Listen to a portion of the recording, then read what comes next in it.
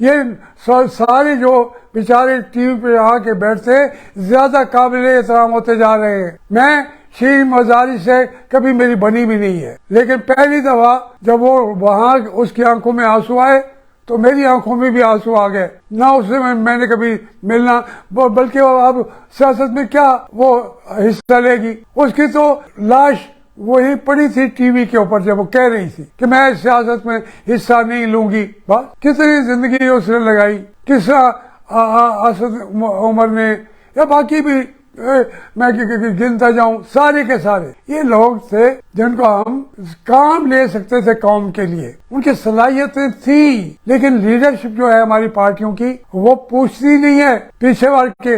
اور مجھے یہ بتا دیں، سارے کہتے ہیں جی کور کمیٹی چلی گئی، کور کمیٹی چلی گئی. بھائی کس کی کور کمیٹی نہیں گئی تھی؟ پیپل پارٹی جب بھٹو صاحب کو پھانسی لگی 40 ممبر تھے ورکنگ کمیٹی کے CEC کے، تو کتنے لوگوں نے اس وقت بھٹو کے ساتھ کھڑے رہے؟ صرف 2. 38 سینٹرل ورکنگ کمیٹی کے لوگوں نے ہتھیار ڈال دیے ضیاء الحق صاحب کے سامنے. پیپل پارٹی کہاں گئی؟ آپ وہ آ کر کے کہتے ہیں نہیں جی ہم تو بڑی قربانیاں دیتے ہیں، مرتے ہیں، جیتے ہیں. جو سیاسی حالات ہیں ہم سارے خوش ہو رہے ہیں کہ جناب تحریک انصاف کے سارے بندے جو ہیں وہ زرد پتوں کی طرح بکھرتے گئے ہیں، آ کے روتے ہیں، چلاتے ہیں اور چلے جاتے ہیں. ہم خوش ہو رہے ہیں. بھائی کیا وہ کوئی لوہے کے بندے ہیں؟ کوئی بھائی ایسی عینی طاقتیں ہیں؟ یہ پولیٹیکل ورکر ہیں جن کو صحیح طریقے سے ٹرین ہی نہیں کیا گیا، جس کو بتایا بھی نہیں گیا. ان کو بھی استعمال کرنے کے لیے اگر ان کی لیڈرشپ بھی عمران خان صاحب سے ان کے اپنے مقاصد کے لیے استعمال کر کے پھر پوچھے بھی نہ، تو ہم پکڑ کے ان کو کہتے ہیں اور یہ تحریک انصاف والے نسک ہے. اور پھر اس سے بڑا ظلم دیکھیں کہ اب ان کو بیچارے وہ جیلوں میں پڑے ہیں، ان کے والدین دھکے کھا رہے ہیں، اور اس کو مسلم لیگ نون والے، پیپلز پارٹی والے، والے خط لکھ کے دے رہے ہیں یہ ہماری پارٹی میں شامل ہو گیا ہے، اس کو رہا کر دیں. یہ تو کوئی انتہا ہے، کوئی انتہا کی بات ہے یار. اور دور نہ جائیں، ہماری اپنی مسلم لیگ نون کو جب میاں نواز شریف صاحب کو انہوں نے ڈال دیا تو مجھے ایک آدمی اب اوروں ورکر کا نام میں نہیں لیتا. میں نے تمام دوستوں سے جا کے میرے پاس آتے تھے. خواجہ آصف آیا، اس نے کہا جی میں تو سیاست چھوڑ دیتی ہے. میں نے کہا یار نہ چھوڑو، جو اور باتیں کی وہ تو میں کہتا نہیں ہے، لیکن چھوڑ کے چلا گیا دبئی، وہاں نوکری کرتا رہا. اسی طریقے سے آپ کا باقی بھی جو بیٹھے ہوئے ہیں، رانا ثناء اللہ، میں کیا تھا جب ان کے انہوں نے مجھے کینچی ذلیل کیا، خراب کیا، میں اس میں اگر میں شیرین مزاری کے لیے آنکھوں میں آنسو آتے تو رانا ثناء اللہ کے لیے میری آنکھ میں آنسو نہیں آئے ہوں گے. لیکن اس کے بعد آئے نہیں ہیں. 4-5 سال سب غائب ہو جاتے تھے. 2-4 بندے سے ہم لگے ہوئے.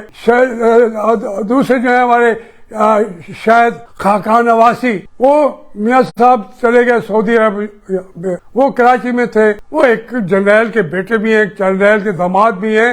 ان میں سارے خاندان آج تک بھی جو بیٹھے ہوئے حکومت چلا رہے ہیں. انہوں نے اسے نکلوایا. ہم بھاگ کے گئے پنڈی ایئرپورٹ پہ ان کو لینے کے لیے، پھول وول یہ وہ. تو مجھے کہا شاہد خان کا گھر تک چھوڑ کے گئے. اس نے کہا جی میرے لیے کبھی نہ آئے، میں سیاست میں نہیں ہوں، میں اپنا کاروبار کر رہا ہوں.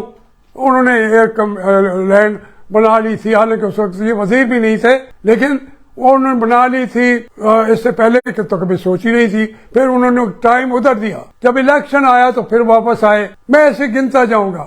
آحسن اقبال جو میرا سب سے عزیز ہے، آحسن اقبال نے کہا جی مجھے مدینے میں وہاں ڈپٹی میئر کی ملازمت مل گئی ہے۔ میں نے کہا بھائی جائے آقا کے دروازے کے اوپر جھاڑو دیں، ہمارے جو پوچھ کے گئے، بتا کے گئے، میری کسی بات کا وہ ابھی انکار بھی نہیں کر سکیں گے۔ رانا تنویر صاحب جیل میں ہمارے ساتھ تھے، تو وہ جس طرح ڈاکٹروں کے ساتھ مل جل کے انہوں نے جیل کاٹی، تو بس یہ چھوڑ دیں۔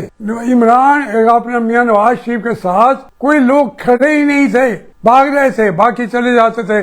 پرویز رشید کو انہوں نے پینٹی لگائی، میں نے جیل میں بھی دیکھا ان کو، ایک بوری میں بند تھے، میں ساتھ والی وہ چکی میں بند تھا، تو وہ وہاں سے وہ نکلے بیچارے، جو ان کو تشدد کیا، چیزیں کی، وہ سیدھا گئے لندن، پھر وہیں سے ان کی باتیں ہم نے 6 سال تک سنتے رہے، سب چلے گئے، میں گنتا جاؤں گا۔